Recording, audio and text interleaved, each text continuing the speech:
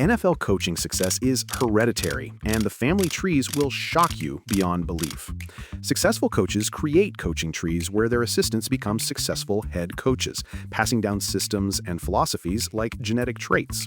Bill Belichick's tree includes Mike Vrabel, Brian Flores, and Matt Patricia. Andy Reid's tree produced Doug Peterson, Sean McDermott, and Matt Nagy. These coaches don't just learn plays, they absorb leadership styles, management techniques, and organizational philosophies. Coaching trees explain why certain systems keep appearing across different teams and why some franchises consistently develop talent. The best coaches are teachers who create disciples that spread their methods throughout the league. Don Shula's tree influenced football for decades through his assistants who became head coaches. Bad coaches create bad trees that spread dysfunction across multiple organizations. Coaching DNA gets passed down through generations of football minds, creating dynasties of success or failure. The most successful franchises hire from proven coaching trees. Which coaching tree has produced the most successful NFL coaches?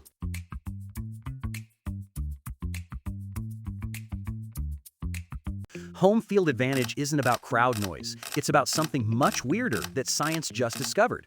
Referee bias, travel fatigue, circadian rhythm disruption, and familiarity with field conditions create measurable advantages that go far beyond fan support. Studies show referees unconsciously favor home teams in close calls because crowd pressure affects their subconscious decision-making. Visiting teams suffer from sleep disruption, jet lag, and unfamiliar environments that impair cognitive function and reaction times. Home teams know exactly how their field plays, including wind patterns, turf conditions, and sight lines that visiting teams must adjust to. Some stadiums have unique psychological effects, like Denver's altitude affecting visiting players' confidence, or Green Bay's cold weather intimidating warm weather teams. The advantage is so real that betting lines consistently favor home teams by 3 points. Smart teams manipulate their environment to maximize these effects through stadium design, crowd noise amplification, and even locker room psychology. Home field advantage is a scientific phenomenon, not just emotional support. What do you think creates the biggest home field advantage?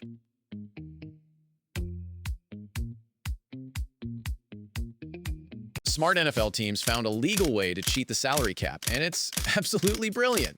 Teams manipulate contract structures, use void years, and exploit rookie wage scale loopholes to create massive competitive advantages while staying within the rules. The Saints and Patriots mastered this art by converting salaries to signing bonuses, spreading cap hits across multiple years, and using dummy years that automatically void. They can sign expensive free agents by restructuring existing contracts and pushing money into future years. Some teams create cap space by cutting players after June 1st to split dead money across 2 years. The rookie wage scale allows teams to get premium talent at bargain prices for 4 years, creating windows of opportunity. Smart general managers treat the salary cap like a chess game, using complex financial engineering to build superior rosters. Meanwhile, other teams struggle with basic cap management and lose talent to poorly structured deals. The salary cap was designed to create parity, but smart teams found ways to gain systematic advantages. Which team do you think has the smartest salary cap management?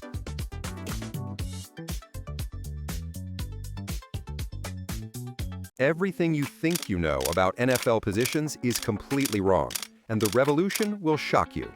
Running backs became devalued, cornerbacks became premium, and edge rushers are now more valuable than interior linemen because analytics changed how teams build rosters. The three-down back disappeared because passing became more important than rushing, and specialized roles emerged. Cornerbacks command huge salaries because elite receivers can single-handedly destroy defenses, and you need shutdown coverage. Edge rushers get paid like cornerbacks because quarterback pressure is the most valuable defensive skill in a passing league. Fullbacks went extinct because teams use tight ends and slot receivers instead. Safety became the most versatile position because modern defenses need players who can cover receivers and stop the run. Left tackle remains premium because protecting the quarterback's blind side is crucial. The analytics revolution revealed which positions actually impact winning versus which ones just accumulate statistics. Teams that adapted early gained massive advantages, while traditional teams fell behind. Position value changes constantly as offensive and defensive schemes evolve. Which position do you think will become more valuable next?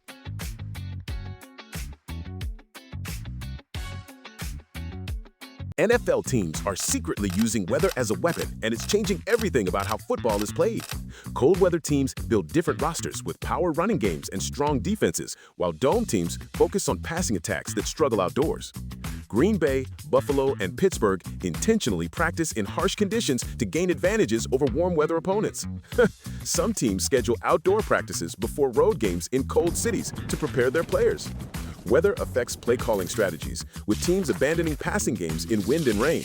Kickers become more valuable in bad weather because field goals become exponentially harder. Dome teams consistently struggle in outdoor playoff games because they're not conditioned for weather elements. Smart teams study weather patterns and build rosters accordingly, with players who thrive in specific conditions. The psychological impact of weather is huge, with some players losing confidence in harsh conditions. Teams even manipulate their own stadium conditions by leaving roofs open or closed strategically.